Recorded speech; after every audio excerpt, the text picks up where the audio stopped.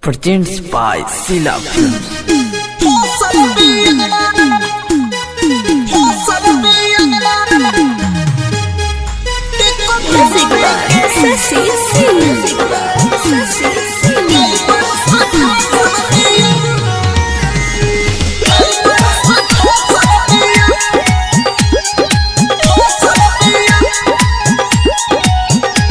एकरा के छोड़ा भाई तोरा दोसन मिली हो,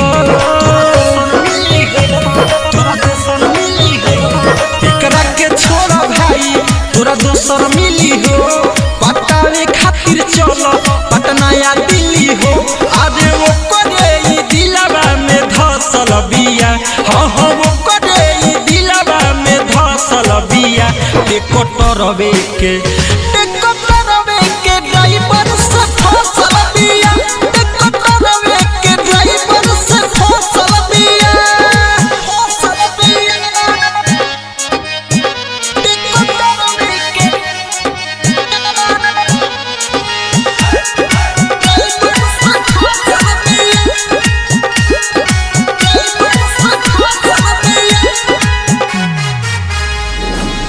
नया बताओ रे खतिया भाव रे, सूरत पे अपना गुमान करेले, सूरत पे अपना गुमान करेले।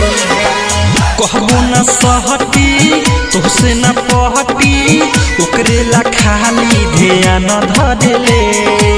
लागत खिये बाबे हो ये हो, तबे नु के पटैले बाबे हो। ओकरा नस नस में खाली है बसल बिया, ओकरा नस नस में खाली है बसल बिया।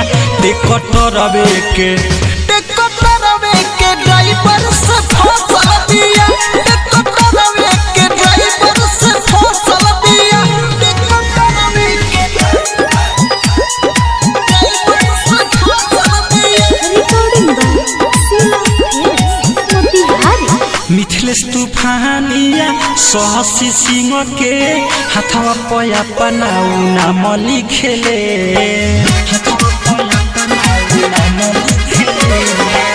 होला बेचैन मिले न चैन, एक पल एकरा जगौना दिखेले। राजा लकी तू ओकर आस छोड़ दो ये हो, अपना ला दोसर तू खास खोज ला। कय गो तहरा के ताड़ी हो चखल बिया, कय गो तहरा के ताड़ी हो चखल बिया। टेकोटरवे के ड्राइवर से फसल बिया, टेकोटरवे के ड्राइवर से फसल बिया।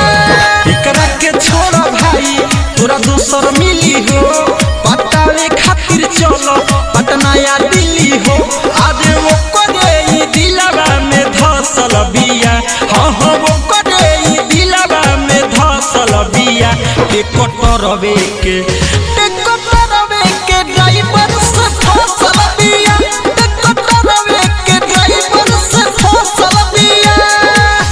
Sila Recording Studio, Motihari. Contact number 9123 12 12 58.